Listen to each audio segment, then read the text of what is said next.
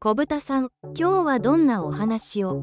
今日はな、米国の副大統領 J.D. バンスの奥さん、ウーシャ・バンスについて解説するぜ。凄まじい経歴の持ち主でな、ただものじゃないんだぜ。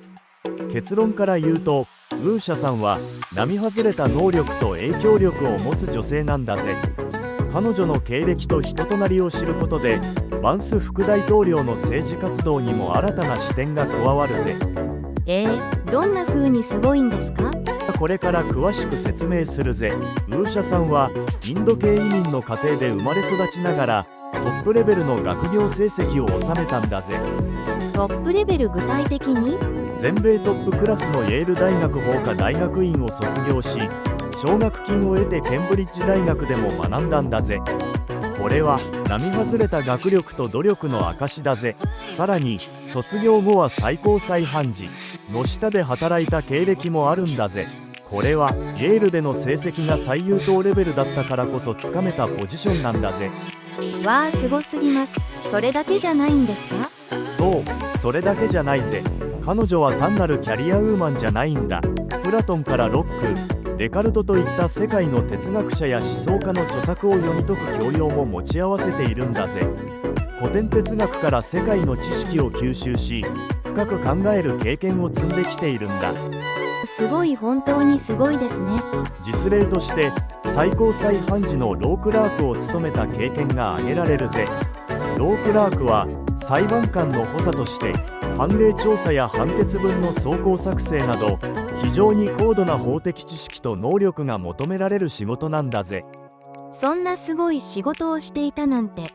大統領のトランプ前大統領が勢いで発言することがあっても、バンス副大統領は政策の理論的裏付けをしっかり説明できるんだぜ。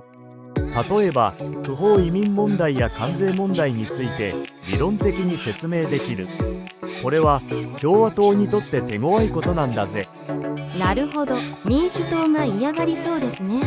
夫のバンスも貧困家庭から這い上がり、兵役を経て奨学金で大学院まで行ったという人なんだ。自身の生い立ちを書きベストセラーになったヒルベリー LG 繁栄から取り残された人たちにはアメリカの影の部分が描写されている。夫のバンス副大統領もすごい人なんですね。ああ、彼自身貧しい出身ながら社会の問題点から目を背けることなく自身の境遇に立ち向かい、そこから副大統領になったすごい人だ。